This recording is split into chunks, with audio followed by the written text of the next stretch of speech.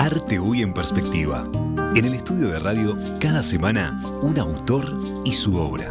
En Los Corredores, una muestra mutante de creadores consagrados y también emergentes.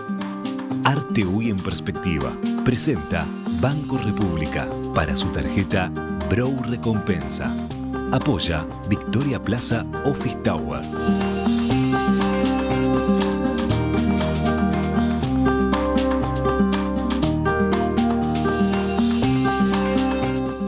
La conversación. Hoy conduce Daniela Blut.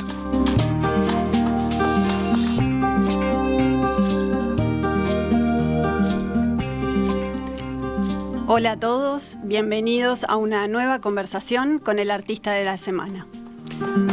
Hoy recibimos en el estudio a Diego Massi. Bienvenido, Diego. Muchas gracias por la invitación. Por favor, un placer recibirte. Diego es artista visual, es uno de esos artistas contemporáneos que casi que no precisan presentación. Su mayor o su mejor carta de presentación es su obra, la hemos compartido estos días en el estudio. Ahora cambiamos, para los que nos están siguiendo la edición en video, cambiamos la obra, tenemos un cuadro nuevo.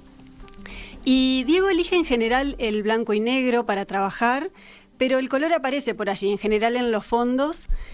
Crea figuras, sobre todo dibujos geométricos, que son intrincados, repetitivos, se entrecruzan, pero la pintura no es su única pasión. También ha explorado la instalación y otra beta capaz que más conocida por muchos, que es la intervención urbana, que en determinados momentos de la historia reciente generó polémica, en algunos más, en otros menos. Ha expuesto dentro y fuera de fronteras, cosechando premios, menciones, y ahora también está exponiendo en el Museo Gurvich una muestra que tiene como hilo conductor la figura de José Gurvich y trata el tema de la migración en el sentido más amplio. Así como nos suele suceder, tenemos tema para rato y vamos a estar conversando de todo esto, así que empecemos ya.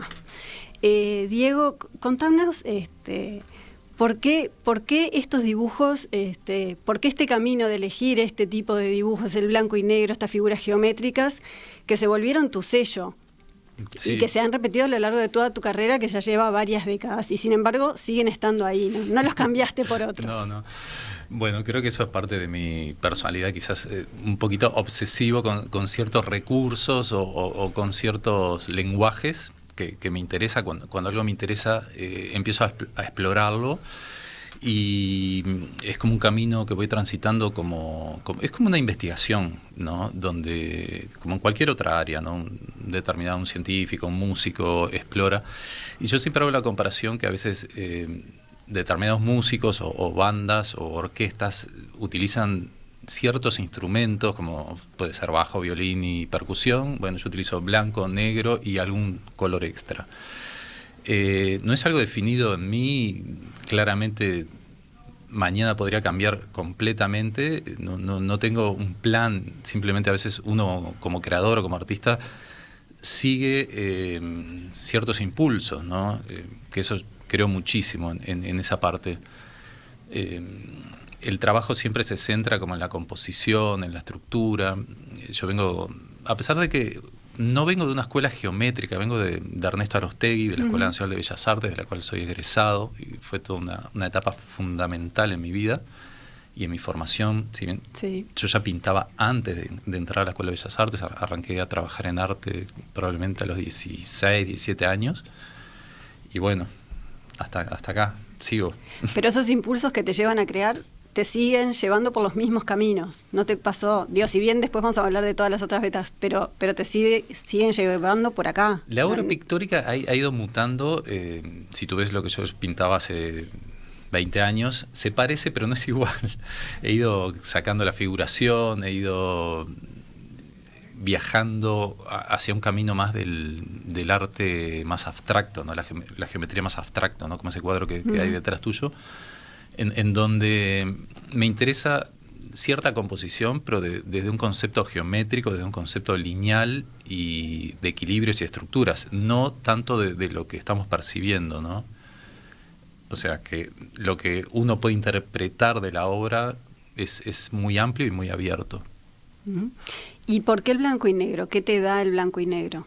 Bueno, yo siempre digo que ese también es un camino, como un director de cine decide filmar toda su carrera en blanco y negro o sacar fotos en blanco y negro, en el caso de un fotógrafo, es algo similar. El blanco y negro, aparte de eso que acabo de decir, me da como algo estructural que me seduce muchísimo. Es como jugar con los colores más opuestos, algo como desde lo binario que me seduce mucho y me gusta, ¿no? Creo que empezó como algo intuitivo y luego siguió como una exploración que tiene un camino muy, muy vasto. Sin embargo, recurrís al color, eso que decíamos en los fondos, bueno, como vemos Sí. como el anterior que estuvo expuesto estos Sí, días sí. en el estudio. Los fondos, en general utilizo el color como si fuera un respaldo escenográfico, por decirlo de alguna manera, en la composición. Intensos, además, ¿no? Sí, en algunos casos más intenso, en otros menos. Eso también depende un poco del momento que uno esté trabajando. El momento interno tuyo como artista, lo que querés transmitir con la obra, ¿de qué depende un poco? Sí, yo creo que cada vez que uno se sienta a planear una obra, hacer bocetos, yo a veces estoy como bastante tiempo trabajando sobre el boceto, sobre la idea de lo que quiero pintar, y es como un tiempo bastante ilimitado, digamos, donde uno se centra básicamente en un plano compositivo, digamos, ¿no? Y ahí eso afecta o altera el resultado. A veces trabajo con bocetos, a veces trabajo directamente sobre la tela.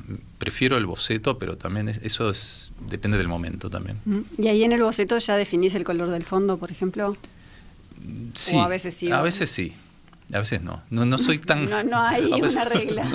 A pesar de mi obsesividad, a veces suelto como cosas claramente. A veces cambias en el camino. Sí. Me gusta también que fluya como solo también, ¿no? A pesar de que ya parece una obra como muy estructurada desde un ángulo, pero desde otro es completamente blanda, suelta y abierta. ¿Y cómo es ese proceso? Bueno, decías que a veces hay bocetos, a veces no, y después usas mucho el pincel, pero también usas otras herramientas. Yo tuve el privilegio hace unos años de ir al taller, que es un espacio increíble, con una doble altura fabulosa y mucha luz, y había por allí varias cosas, ¿no? Frasquitos y muchos pinceles, pero había también otra herramienta que recuerdo que me contaste que la usas mucho para hacer estas obras. Básicamente el proceso de mi pintura es pintura acrílica sobre lienzo. Algunos lienzos incluso los empujo, en algún momento presiono la tela y se empuja y la tela adquiere como un volumen real, aparte del volumen sugerido. Como un relieve. Como un relieve de empuje mismo. Y bueno, es básicamente el gran tiempo de la ejecución de la obra se centra en pincel y luego genero como esas sombras que se pueden ver en la obra, que son creadas por airbrush, aerógrafo, es como un soplete que es muy pequeño, muy reducido en su dimensión, y eso logra como un esfumato que le llaman, los renacentistas lo hacían a pincel, ahora... como un esfumado. Sí, es un esfumado que se pinta con un micro soplete. ¿Y ese es como el touch final de la obra o se da como al mismo tiempo? Sí, luego que terminé toda la etapa de pincel, paso a esa etapa del aerógrafo, que es como pintar con aire. Es alguna parte que me encanta también. ¿Y todo ocurre en el taller? Sí. ¿Cuánto te puede llevar hacer una obra grande? Me puede llevar un mes o más de un mes, depende, trabajando varias horas por día. Sí, envidio a mis colegas que pintan a veces en un rato un cuadro. Porque aparte, yo siempre digo que el tiempo de la ejecución no hace a la calidad. Uno puede estar 6 meses trabajando en un cuadro y eso no garantiza ninguna calidad. Y sin embargo, un colega artista que hace una obra en media hora puede ser espectacular la obra también. O sea, no hay diferencia. ¿Y en general cómo sos de autocrítico con tu trabajo? Bastante autocrítico, pero yo siempre digo que rompo muy pocos cuadros. Tengo colegas que rompen mucha obra que no les gusta, yo casi que ninguna. ¿Y romper qué implicaría?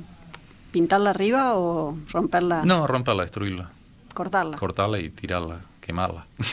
¿Cuántas veces ocurrió eso?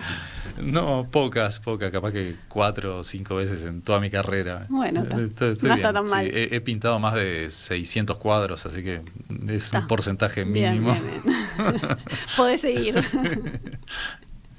¿Y qué pasa con los títulos? También me llamaba la atención eso. La mayoría se llaman geométrico o geometría y algún número, como una especie de código. Muy pocos tienen un nombre, como Ombu, por ejemplo, que vi uno por ahí. Es verdad, tuve como determinadas etapas que buscaba como títulos muy subjetivos o que llevaran a cierto lugar. Y luego me di cuenta que me parecía como más interesante codificar la obra como si fuera como los códigos de barra, por decir algo, ¿no?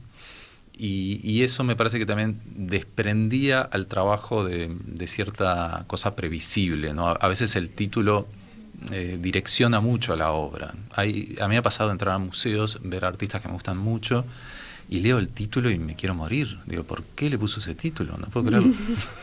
Lo arruinó. Entonces, ese es un punto también a tener como muchísimo cuidado, ¿no? Cuando pienso en los títulos, si fueran títulos como los Ombu, esos que tú decías, dan otra cosa, llevan a otro lugar. Esta que nos acompaña ahora en el estudio, por ejemplo, ¿cómo se llama y en qué contexto la creaste? Esta obra fue hecha el año pasado, es geométrico BP, no me acuerdo el número, pues es un código que tampoco le doy demasiada importancia. A veces las primeras 2 letras del código que genero en la obra están vinculadas a algo muy específico, o a alguien, o a una situación, o a una muestra, o a un evento, y utilizo ese juego que solo yo lo voy a saber y nunca nadie se va a enterar, porque que no tiene importancia. Son 2 letras, para el espectador no tiene ninguna importancia. Y también eso genera un número de registro que yo soy como bastante ordenado en eso, entonces todas mis pinturas están como registradas en un libro, en fotos, en carpetas, y eso genera también como ese código de referencia de los trabajos. ¿Y es del año pasado, en pandemia? Este trabajo fue... No sí, fue ahí como ya saliendo un poco de la pandemia. Fue una serie que hice ahí trabajando un poco como esa idea más de lo orgánico celular, ¿no? Yo siempre digo que mi trabajo se refiere a una geometría que es orgánica, porque tiene ciertos códigos de lo que es la estructura biológica. Es algo un poco intuitivo. No logré ni quiero hacer un estudio científico para trasladarlo a la obra. Prefiero que sea más intuitivo. Pero sí reconoces que hay como un cierto interés o una base de eso, como de un cierto conocimiento celular o de un móvil. Sí, pero... Si uno lo mira, o sea, ahora que lo decís y miro un poco las figuras, como que tiene esa cosa de célula y de movimiento, ¿no? De imagen microscópica, capaz. Sí, totalmente. Yo siempre digo que prefiero que la obra quede como abierta al espectador y no direccionarla tanto, pero sí, a veces hay datos que son como importantes, cómo se centran en la composición y la estructura del trabajo, ¿no? La geometría aparte es algo muy blando en el sentido del concepto geométrico, ¿no? La geometría puede mutar, variar para millones de lugares. Recuerdo que a mis 16 años me interesaba muchísimo la geometría, me gustaban los artistas geométricos, Vasarely, Frank Stella, todos esos genios de la geometría. Después muchos me dejaron de gustar. Y entonces sabía que quería pintar geometría, pero era algo que tampoco no había demasiada raíz, más allá de determinados casos como Costigliolo, María Freire, Llorens. Hay geométricos en Uruguay, bueno, Torres García es básicamente un geométrico. Pero si bien en Latinoamérica sí había una corriente muy fuerte, ¿no? En Venezuela particularmente hay una movida increíble de escuela de arte geométrico y de arte óptico también. A pesar de que no me interesaba tanto el arte óptico, no me interesaba el efecto, el interés por el efecto en sí de la ilusión óptica nunca me seducía tanto. Es más, me daba cierto temor caer en eso. Me gustaba Jesús Soto, lo conocí a Jesús Soto acá una vez que vino al museo, de hecho al Museo Nacional. Al de Artes Visuales. Me acuerdo que me invitó, vio algo de mi trabajo, le interesó y me invitó a su taller cuando en algún momento estuviera por París. Me acuerdo que pasé por París unos años después y él estaba de viaje, no sé qué, y bueno, nunca se dio la concreción del encuentro con Soto en París, pero hubiera sido genial. Pero tiene un poco de arte óptico. Sí, arte. Totalmente, lo tiene. Capaz, sí. Sin buscarlo. Sin buscarlo, aflora ahí el arte cinético, el arte óptico, la ilusión al ojo. Sí, está allí. Y hablábamos de tu taller, bueno, de todos los elementos que están allí, bueno, un poco de la duración. ¿Cómo es el proceso creativo? ¿Pintás en soledad, de día, de noche, sin horario, con una rutina? Bueno, yo vivo escuchando música, sin escuchar música. Vivo con una artista, Ana Campanella, que es mi esposa también, entonces compartimos espacios, compartimos lugares, compartimos charlas de arte todo el tiempo, y eso hace a una rutina muy variable, muy cambiante, pero normalmente trato de tener como un horario de trabajo. Tengo 2 hijas también, entonces eso, y el taller está dentro de la casa, está todo montado en el mismo predio, lo cual me encanta y eso me da como cierta libertad también. Tengo épocas que trabajo más de noche, más tarde. Últimamente prefiero trabajar más en el día y menos en la noche, o levantarme temprano y ahí sentarme a pensar y a trabajar. ¿Y ahí cuando arrancás, estás de corrido o...? Depende. No, o la vida cotidiana se mete. La vida cotidiana se mete continuamente y eso me parece que está bueno, está bien y ahí trabajo. Y mencionabas, bueno, que este cuadro fue como la salida de la pandemia. ¿La pandemia te afectó para crear más, para crear menos? ¿Cambió en algo? No sé, el producto o a ver, lo que pudiste generar en ese tiempo. Sí, yo creo que mi vida como artista normalmente tiene mucho tiempo de encierro, ¿no? De estar trabajando en el taller. Entonces también cuando vino la pandemia era como el encierro en el encierro, ¿no? Yo ya soy tipo, no es que viva encerrado, no quiero dar la imagen de ese artista que no sale, no para nada. Voy al club, salgo a caminar, salgo con mis hijas, todo. Pero digo, a pesar de eso hay cierto encierro, ¿no? Propio de tu actividad o de tu disfrute también. Puedo estar muy feliz encerrado en mi casa todo el tiempo, o sea, no tengo como lo que... No sé si no lo sufrís, no lo padeces. Más allá que después uno necesita sus vacaciones, ir a las playas y todo eso. Pero yo creo que la pandemia, bueno, nos agarró en un proyecto que ahora después podemos hablar también, que fue bueno, trabajando para un proyecto del Museo Burbich, y eso fue todo en plena pandemia. Fue gracioso porque antes de la pandemia ya veníamos trabajando por Zoom y por Skype con una curadora que vive en Estados Unidos y con un colega también que está allá. Entonces, como que de alguna manera nos adelantamos a eso también. Y ahí... Aprovecharon ese tiempo arrancó, y todas las herramientas para trabajar en eso. Sí, y pintar bastante también y hacer esas cosas. Pero sí, no, realmente la pandemia no fue algo así que la sufrí tanto. De hecho, ni siquiera no contraje COVID, lo cual es muy raro, y en mi familia nadie tampoco. De las pocas personas que nunca se contagiaron. Capaz que lo tuvimos y nos enteramos, esa posibilidad está también, pero fue como un poco peculiar. Bien, antes de irnos a la tanda te voy a preguntar por esas rutinas. Cuando te preguntamos, bueno, ¿qué música elegías para acompañar esta entrevista? Mencionaste a Mariano Gallardo, que dijiste que bueno, un artista joven y que bueno, está por presentar el disco, creo que mañana justo, o sea que acompasa un poco la entrevista, ¿no? Es mañana. Mañana presenta su disco en La Trastienda. Les recomiendo que por favor lo busquen en Spotify o en plataformas. Mariano Gallardo, personalmente lo conozco de niño, es un artista muy joven.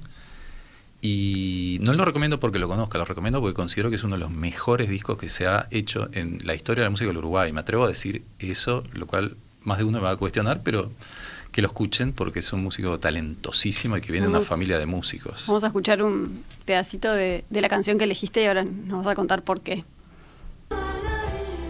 Ahí lo estábamos escuchando. ¿Cuándo escuchás este tema?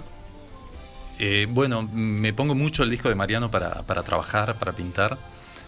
otros músicos también, pero este disco realmente a mí me deslumbró mucho, me pareció de una composición muy sutil, es un disco muy raro para el Uruguay por la instrumentación.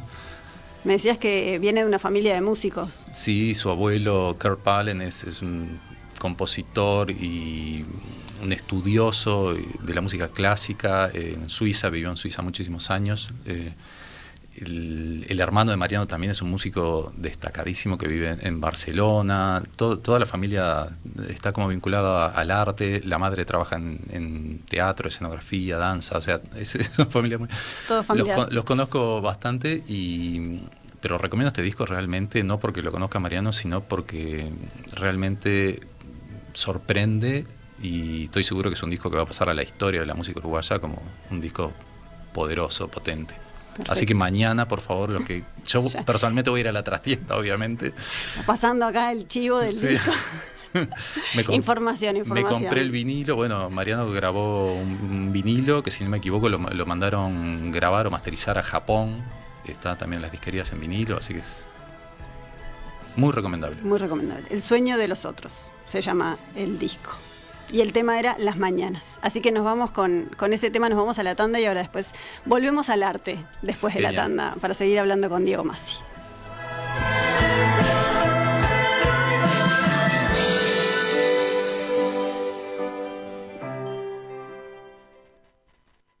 ¿Sabías que con las tarjetas de crédito Mastercard Bro Recompensa, tu dinero vuelve a vos? Es la única que te devuelve plata cada vez que compras, a través de un programa de lealtad, en donde generás puntos que equivalen a dinero real, para comprar donde y cuando quieras, además de contar con beneficios exclusivos en los rubros más relevantes para tu día a día, que podés ver en beneficios.bro.com.uy. Pedí tu Mastercard Bro Recompensa al 21996 000 o en recompensa.bro.com.uy. Con tu tarjeta Mastercard Bro Recompensa, todo lo que das vuelve. Banco República, nuestro banco país.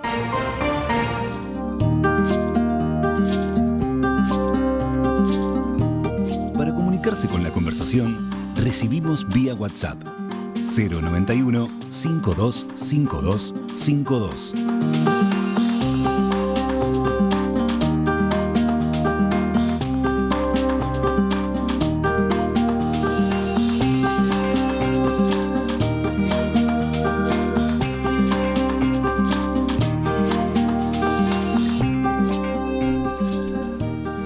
Seguimos en la conversación de los jueves con el artista de la semana. Hoy nos acompaña Diego Massi.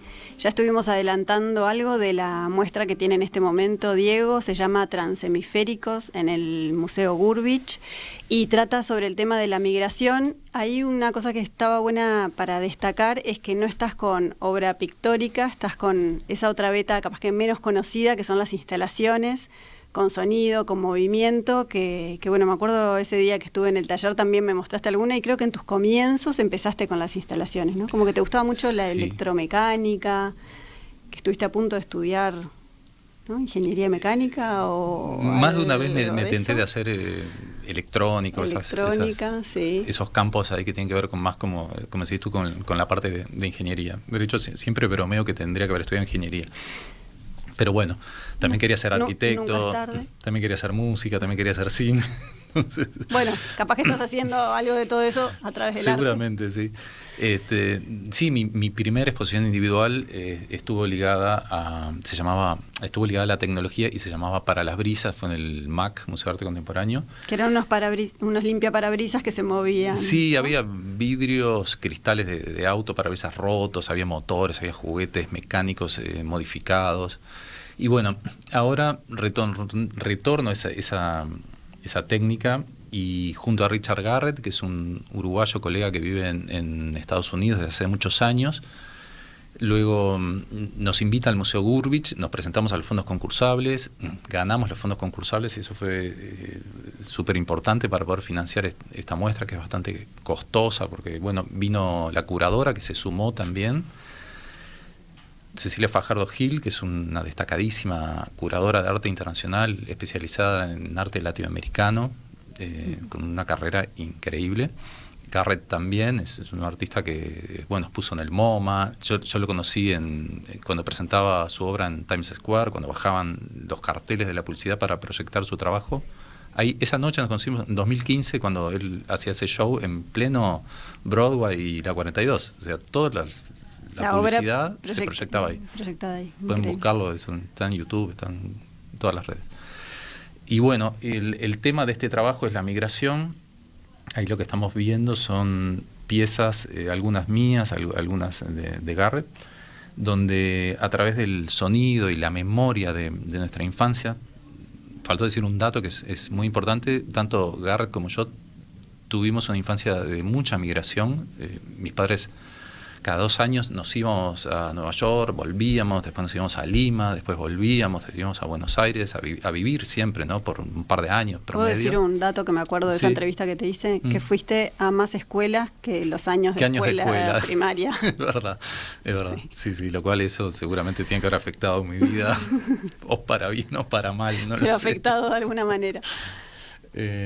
Entonces ahí también, incluso en una de esas idas a Nueva York, me acuerdo que en el edificio donde vivíamos, los vecinos siempre tiraban a la basura, ¿no? Los grabadores, tocadiscos, y con mi hermano los desarmábamos, los jugábamos con eso, y teníamos 14, 15 años, y creo que ahí empezó como ese interés por saber qué es lo que tiene adentro cada aparato electrónico, y a desarmarlos y a investigarlos.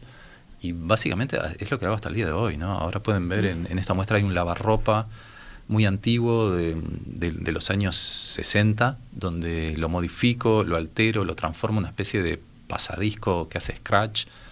¿Es aquella imagen que se ve allá en el fondo? Exactamente. Ese lavarropa es parte de la muestra. Para los que nos siguen en video, estamos pasando imágenes de la muestra. Y ahí lo que... muy bueno. Es como una sumatoria de capas que tienen que ver con la memoria sonora de nuestra infancia, ¿no? Por ejemplo, Garrett presenta Perceptual, que es un trabajo donde él toma audio en Nueva York y lo traduce en imágenes sin sonido, en imágenes silenciosas. Yo tomo con un lente esas imágenes de él y lo traspaso a 3 pistas de audio. Ahí trabajamos en un proceso de Pure Data con Leo Seco, donde programamos esos audios y a su vez esos audios disparan mecánicamente otras piezas dentro del Museo Gurvich. Fue todo como una puesta en escena bien compleja, muy desafiante, todo eso trabajando a distancia en pandemia con Cecilia Fajardo y con Garrett. El Museo Gurvich fue increíble en todo lo que pudo lograr, ¿no? Porque también la invitación fue clave y coincidía y de alguna manera afianzó lo que ellos venían trabajando, que era la migración, el eje migratorio, ¿no? De hecho, el museo incluso está trabajando un ciclo donde proyectan películas que tienen que ver con la migración y con ese se aborda fenómeno. El tema desde distintas miradas, desde distintos y lenguajes. Lados. Hay un trabajo curatorial ahí súper bueno, súper intenso. La muestra ya está hace varias semanas y se sigue un par de semanas más, creo que hasta mediados de noviembre. Hasta el 11 de noviembre. 11 de noviembre, o sea que tienen tiempo para ir a visitarla, sí. Bárbaro. Hay que aprovechar. No dormirse porque tampoco son tantos días más, pasan volando. Y además de eso, me interesaba preguntarte por, capaz que la beta más polémica, que es la de las intervenciones urbanas, que la hiciste, bueno, hace años, a fines de los 90, y se volvió a hacer en 2016, creo que fue, que es la intervención de la obra de Belloni, cuando pegaste unos adhesivos, unos circulitos blancos en los caballos, ¿no? Bueno, en algún momento la familia de Belloni no le gustó esa intervención, bueno, hubo varias voces a favor y en contra, ¿no? Pero habla también un poco de la cultura, bueno, estamos viendo, mira, ahí vemos en imágenes, un poco de la relación de los uruguayos con los monumentos que hay en los espacios públicos, con la historia, con el arte. Sí, yo creo que... Ahí va, ¿cómo lo viviste vos en su momento? ¿Qué conclusiones sacás hoy a la distancia? Bueno, para mí fue como uno de los trabajos así más importantes o que me marcaron bastante en mi carrera, ¿no? Es un trabajo que me dio muchísima felicidad. Lo hice en el año 98, presentado a un salón municipal, el cual quedó seleccionado y luego había que hacerlo por supuesto que en esos años uno sabía que existía el derecho a autor, sabía que había un derecho moral, y ahí entró en juego cómo un artista podía trabajar sobre la obra de otro artista, modificarlo o no modificarlo, si eso era válido.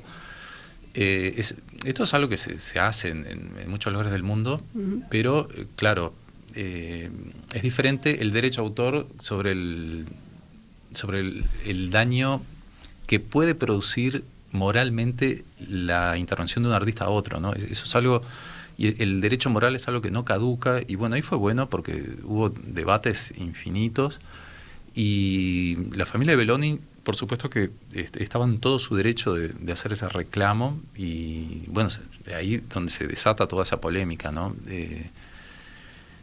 Realmente fue súper interesante. Yo trabajé con restauradores, tuvimos el cuidado máximo, tanto en el 98 como en la reedición. Sí, de que no se iba a ver afectada. De que no se afectara la pátina del bronce, que no se afectara absolutamente nada, porque ahí sí iba a ser un lío. Y nada, realmente fue como un buen trabajo para mí, me gustó muchísimo y me dio como mucha felicidad poder hacerlo.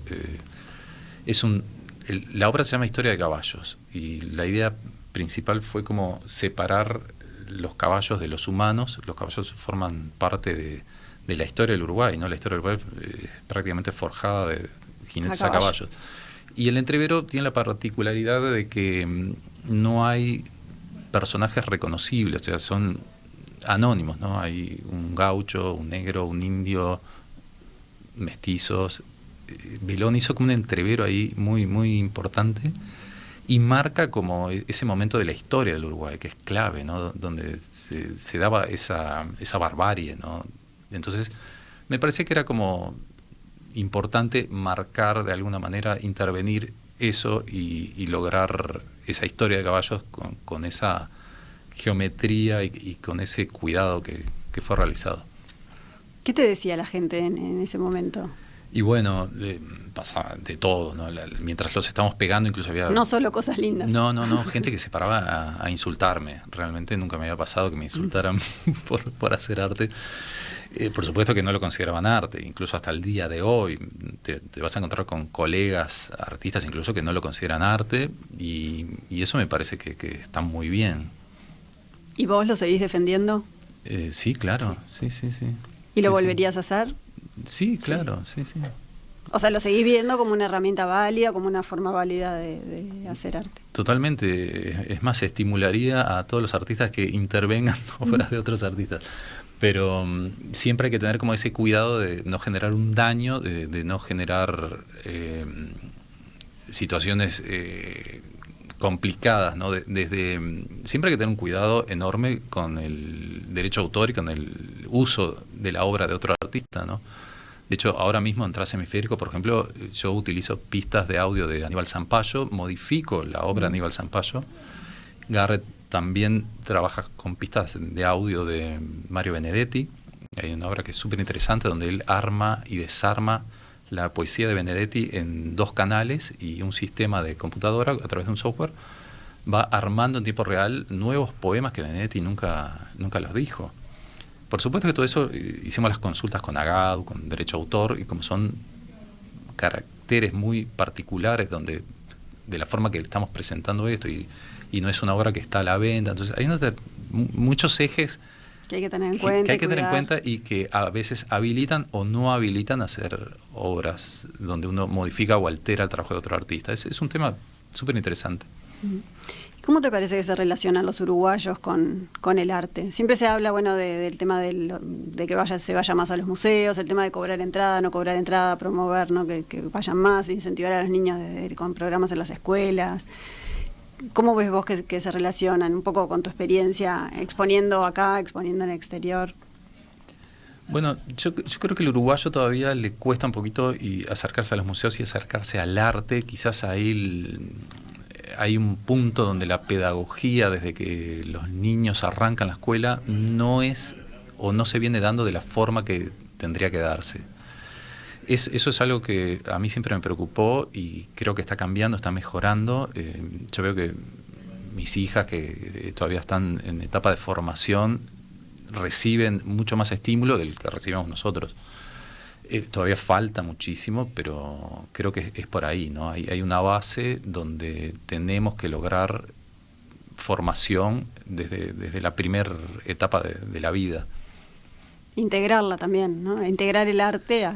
Claro, Uruguay, por ejemplo, tú sos un turista, llegas a Montevideo y no vas a encontrar arte contemporáneo en las calles de Montevideo.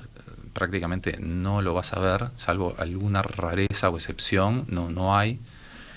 Y también a veces lo que uno entiende por arte contemporáneo no es lo que otro entiende, entonces es como complejo el tema, ¿no? Yo creo que, por ejemplo, el Ministerio de Cultura y el Estado uruguayo desde hace unos años ha tomado riendas en esa parte de fomentar a través de fondos concursables o fondos de estímulos o todas esas plataformas que ayudan mucho a que los artistas presenten o que los artistas trabajen a veces en el espacio público también, ¿no? La Intendencia también ha hecho unos ciclos, esos ciclos de arte en el espacio público también, que hace 10 años atrás eran impensables y hoy el Estado incentiva y apoya ese tipo de trabajos, lo cual es vital y clave. Se sigue precisando, por supuesto, mucho más apoyo y mucho más incentivo, incluso para sacar el arte al exterior, ¿no? Uruguay todavía sigue precisando como una proyección al mundo, que todavía nos falta ese de trabajar a nivel curatorial, a nivel de expandir por el planeta. Uruguay tiene sí, muchos nombres muchísimos y artistas mucho arte contemporáneos talentosísimos que por alguna razón terminan llegando 2 o 3 solo a la escena internacional y todo el resto no tenemos todavía la plataforma necesaria para expandir eso. ¿En tu caso vivís del arte? Vivo del arte. Sí. ¿En casa de 2 artistas? Sí, ¿Se vive del arte? Se vive del arte desde hace unos años. Bueno, empecé a trabajar con determinadas galerías y algunas colecciones también en el exterior, básicamente. Y sí se puede vivir del arte en Uruguay, claro. Me acuerdo que en su momento también me comentaste que cuando dijiste que ibas a ser artista en tu casa hubo ciertos peros. No, claro. Pero que sí, después los convenciste. Sí, eso es algo que le va a pasar a cualquier joven o adolescente que diga que quiere dedicarse al arte y que no va a hacer otra carrera. Los padres lo van a querer echar de la casa. Le van a decir, hace otra cosa. Claro. También. Yo creo que en la vida, y eso es un consejo que se los damos a nuestras hijas. Y bueno, te iba a preguntar por eso, en casa Sí. de 2 padres artistas, ¿qué haces en tu casa? No, totalmente.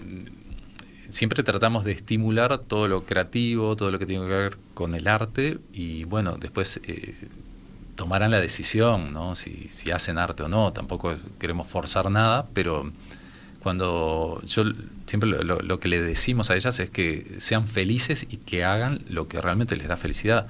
A cualquier persona que le dé felicidad, ser creativo y navegar por ese terreno de la creación, por favor, que no se pierdan esa instancia, ¿no? Uno está como de paso en esta vida y qué mejor que hacer lo que te da felicidad.